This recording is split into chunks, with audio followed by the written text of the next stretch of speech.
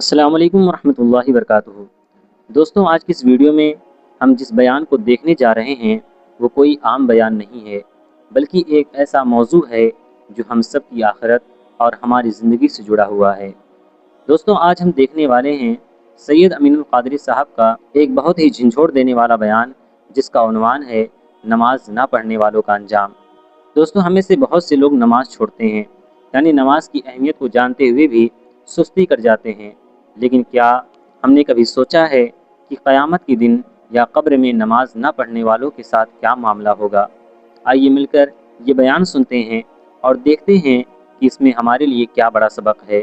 Video کو آخر تک ضرور دیکھیں تاکہ ہم سب اپنا محاسبہ کر سکیں۔ تو چلیے ویڈیو کو شروع کرتے ہیں۔ کن لوگوں کو اللہ کیسے عذاب دیتا ہے، آئیے اللہ اکبر۔ میرے آقا صلی اللہ علیہ وسلم کے دیوانوں، اللہ کے حبیب، ہم سب کے آقا غیب دا نبی صلی اللہ علیہ وآلہ وسلم ارشاد فرماتے ہیں کہ جب کسی بے نمازی کو اس کی قبر میں رکھا جاتا ہے جس نے نماز نہیں پڑھی۔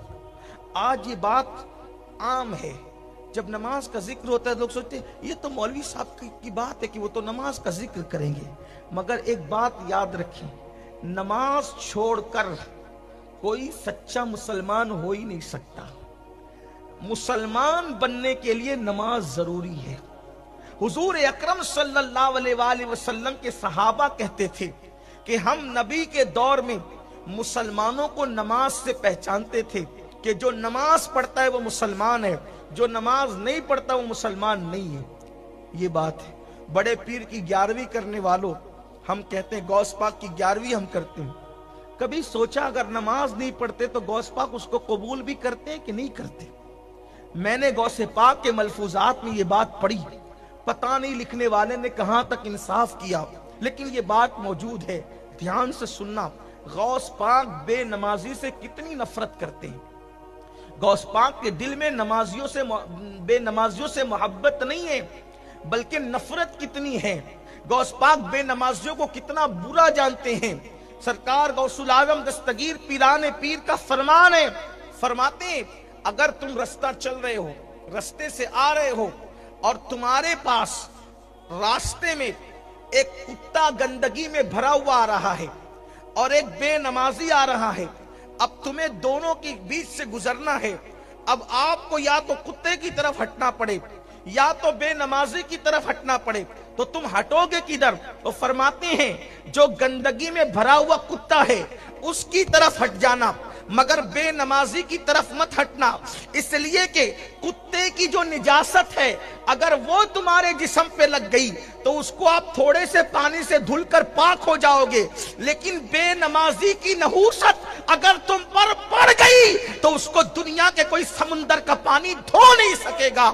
آپ مجھے بتائیں کہ بے نمازی سے اتنی نفرت غوث پاک کر رہے ہیں اور ہم لوگ مسجدوں کو ویران کر چکے ہیں، ہمارے پاس نماز کے لیے وقت نہیں ہے، دوستوں کے لیے ٹائم، ماں باپ کے لیے ٹائم، کھیل کود کے لیے ٹائم، جوا کھیلنے کے لیے ٹائم، شراب کے اڈوں پہ جانے کے لیے ٹائم، فلمیں دیکھنے کے لیے ٹائم۔ جس رب نے زندگی دی، جس رب نے دولت دی، جس رب نے قوت دی، جس رب نے بولنے کی زبان دی، جس رب نے دیکھنے کی آنکھیں دی، جس رب نے سب کچھ دیا، دھوکہ دینے والے لوگوں کے لیے ہم نے اتنا وقت دیا، لیکن اس اللہ کے لیے جس نے ہر نعمت ہمیں دی اس اللہ کے لیے ٹائم نہیں۔ آج مسلمان دھڑلے سے کہتا ہے مولانا ٹائم نہیں ملتا نماز کے لیے، واٹس ایپ چیک کرنے کے لیے نماز ہے، واٹس ایپ چیک کرنے کے لیے وقت ہے، فیس بک کے لیے وقت ہے، یوٹیوب کے لیے وقت ہے، کیرم کھیلنے کے لیے وقت ہے، تاش کے پتے کھیلنے کے لیے وقت ہے،